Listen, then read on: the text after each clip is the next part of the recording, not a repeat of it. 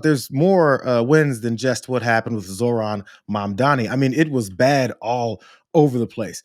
Listen to how Bret Baier on Fox News talks about the things that happened and how bad it was for Republicans. A big loss. You can say that these states were traditionally blue, but you can also say that heading in, there was some thought that, especially in New Jersey, that Ciattarelli would do better.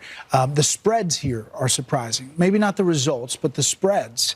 And if you look inside the numbers, there are some dangerous things. One, young women overwhelmingly in New Jersey and Virginia supported the Democrat based on economy, on immigration, maybe those ICE images. The affordability push by Mamdani really sticks. And that's basically inflation and how people feel about the economy. So this dichotomy between how Wall Street's doing and how big business is doing and how you feel about it at home is something Republicans really have to look at closely. But look at this spread in Virginia. It's massive. Did you hear that wording that he had there? He said, these are some of the dangers of what we saw last night. Dangers that young women supported Mamdani. Maybe it's because of those ICE images. In other words, ICE attacking and kidnapping people off the streets and assaulting American citizens as well in the process. Affordability, inflation, how they feel about the economy. We're always talking about Wall Street and Wall Street and Wall Street, and now how they feel at home. It's how they're doing at home.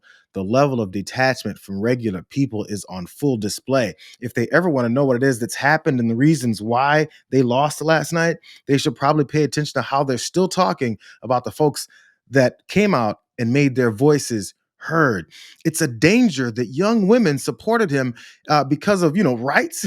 During Republicans' campaigns, all they talked about was taking away people's rights, specifically women, minorities, and people like that, as folks who are leeching off the system or don't deserve it or too stupid to really have the positions that they have. But they can't figure out why it's so dangerous now, as people literally are being killed. But the danger now comes from folks that are making their voices heard. Do you think that the young people, especially in the Mamdani race, which is fascinating to me, do you think that they liked his solutions that he was putting forward, or he was the only one who was actually talking about it? They turned out in droves. Young people they did. I mean, in big numbers. 18 to 39 came out for Mamdani big. I think Cuomo started to close at the end because he was saying, here's the fearful things, here are the things you have to be worried about. But he was such a bad candidate at the beginning, it seemed like it was too late. More revelations. He believes Andrew Cuomo was doing well at the end because he started scaring people. Because he came with the fear tactics. He came out to talk about things you should be afraid of. No message for what you're going to get, no message for things that will make your life better, but how you should be afraid. So it really gives you a window into the way these folks think that elections should be run and how you should convince people to come out and vote for you. Scare them with empty scare tactics. Pay attention. Listen to the way Kilmeade asks this question. What about the two things? What about the Hispanic vote? And what about the Hispanic vote as well as the female vote going to Democrats without abortion really being front and center? For the longest time, people thought, well, that was the reason. Republicans are vulnerable because the pro-life movement, perhaps women were rallying against that. But that wasn't an issue. No, it really seems like it's economy. It really seems like it's how they feel, grocery shopping, how affordability. There is some other, there's a Trump factor here. He is right to say he was not on the ballot, and when he's not, it doesn't produce the same emotion, but it does produce emotion on the other side. Isn't it odd? If you ask a question the way that Kilmeade just asked it about how so many women turned out, by the way, overwhelmingly younger folks and including women in general turned out all over the country for these elections. That's why the blowout happened. Kilmeade tried to figure out, abortion wasn't even on the ballot. Why are women out voting? What do they care about? Do they have like wallets or something? Or did their man give them a bank account? Because I'm trying to figure out why they care about the economy suddenly. I thought all they cared about was abortions. And if women care about abortions, and that's the thing that's going to get you to get beat, when abortion types of legislation is on the ballot, why don't you care about their positions? They're still tax-paying Americans with positions and lives that you do not experience. But the mindset is, It's just abortions they care about, number one. And number two, if when they do, who cares? Who cares? That's denying someone their representation. But Kilmeade doesn't get that. Kilmeade is just like, yo, don't they all want to have abortions, man? Or aren't they all just trying to be crazy and have abortions? What an idiot this guy is. I looked for it. I found it right before I came on here. Donald Trump did talk about what it is that happened, why they got beat last night. Exactly 1 year ago, we had that big, beautiful victory. Exactly last night, it was, not expected to be a victory. It was very Democrat areas, but I don't think it was good for Republicans. I don't think it was good. I'm not sure it was good for anybody. But we had an interesting evening, and we learned a lot. And we're going to talk about that, and I'll say a few remarks, and then after that, I'll ask the press to leave. I thought we'd have a discussion after the press leaves about what last night represented and what we should do about it, and also about the shutdown, and how that relates to last night. I think if you read the pollsters, the shutdown was a big factor, negative for the Republicans, and that was a big factor. And they say that I wasn't on the ballot was the biggest factor. But I don't know about that, but I was honored that they said that. Donald Trump pointed out the two main reasons why Republicans lost last night. He said that's according to polls. I was flattered that people said that it was because Trump wasn't on the ballot, that people said Trump wasn't on the ballot, and also that it's because of that shutdown. What about that government shutdown? Would that mean like because the government shutdown that the Republicans are stonewalling on and not even negotiating and talking about the things that the majority of American people want from this in order for that government to open back up to continue to screw us the way that they have been for the past 10 months?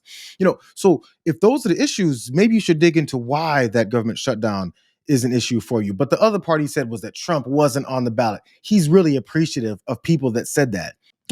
Those people that said it like, Donald Trump. He posted this.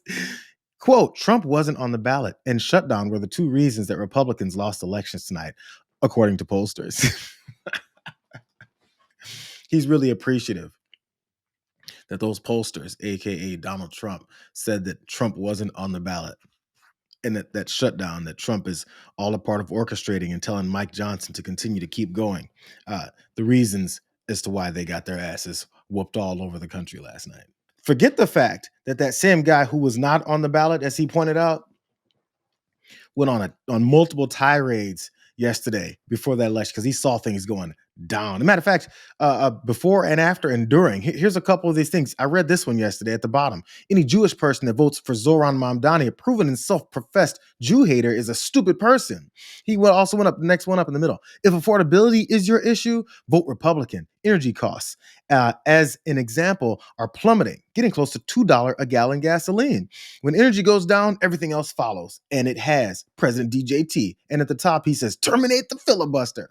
Maybe Trump wasn't on the ballot last night, but Trump's name was all over the place in talking about it. Trump was endorsing Andrew Cuomo. Trump was having a bunch of press conferences talking about how he wants things to go a certain way. And he was definitely all over Truth Social screaming about what it is that he wants done. But the news got worse for Donald Trump. Did you guys know these two guys won? We have a lot to talk about throughout the night right here on the Fox News channel, but we can now make a call. The Fox News decision desk can now project that Democrat Jay Jones will become Virginia's next Attorney General, defeating the Republican incumbent, Jason Miyares. And finally, we are projecting that Alvin Bragg has won re-election as the District Attorney of Manhattan. That really sucks. Sean Hannity there was like, Jay Jones? Bro, I thought you already knew. They're running you the graphic. You're still surprised? But Alvin Bragg, we all know Alvin Bragg. There was Letitia James, multiple people who prosecuted Donald Trump. Alvin Bragg's the one who got the 34 felony convictions on him for his falsifying of business records, for his hush money case. That was Alvin Bragg. So the folks that run against Alvin Bragg were running on it based off of saying Donald Trump, Donald Trump, Donald Trump, went after Donald Trump, Donald Trump, went after Donald Trump. The problem with saying all that probably was that people were like, oh, he's the one who went after Donald Trump? That's my guy. That's my guy. That's who we want to see win. It kind of sucks. There's going to be a lot of coping going on, a lot of trying to figure out how to navigate this from folks who didn't see it coming, even though they're going to act like, yo, we saw it coming. It was all good. This is just general standard behavior from these blue states, even though they said Donald Trump swept everything and totally has a complete mandate over destroying everyone's lives. Hey, here's Jesse Waters trying that. The Democrats are going to spin this. This is a referendum on Trump. I mean, these are all blue states, is it? They're trying to spin it as a referendum on Trump. Trump, who hasn't stopped talking about how he runs this whole country. He does anything that he wants. Matter of fact, if someone wins like Mamdani in the state of New York, that he's going to withhold funds. It has to be a referendum on Trump. Trump is everything. Jesse Waters thinks Trump is everything. Jesse Waters calls Trump his daddy. So I feel like your daddy should be something that's a referendum on this country, since you says he gets to do anything he wants in that country. It's okay.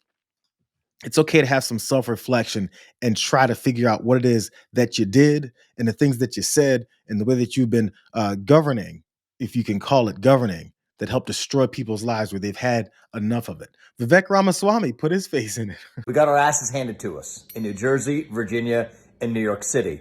Democrats swept all three. There's two key lessons for Republicans. Listen carefully. Number one, our side needs to focus on affordability. Make the American dream affordable. Bring down costs, electric costs, grocery costs, healthcare costs, and housing costs, and lay out how we're going to do it. And number two, cut out the identity politics. It doesn't suit Republicans. It's not for us. That's the woke left's game, not ours. We don't care about the color of your skin or your religion. We care about the content of your character. That's who we are. So there's Vivek Ramaswamy, I guess, giving his cold, hard facts about why they got their ass kicked, which he said they got their ass kicked. So cool. I hear you. Except it has all this to do with still trying to bash the folks that are trying to represent Americans. We don't do identity politics. Maybe you should reflect and see when you were into all that identity politics that you said you just started in. You know, the white supremacy of those identity politics that they've taken part in, where they say they're better than other folks and other folks don't deserve opportunities, a chance to live, none of it. Maybe that's what it is. Or in all the populist talk that he was going through, all those messages are things that they said during the campaign. All those messages are what the current president said he was going to take care of.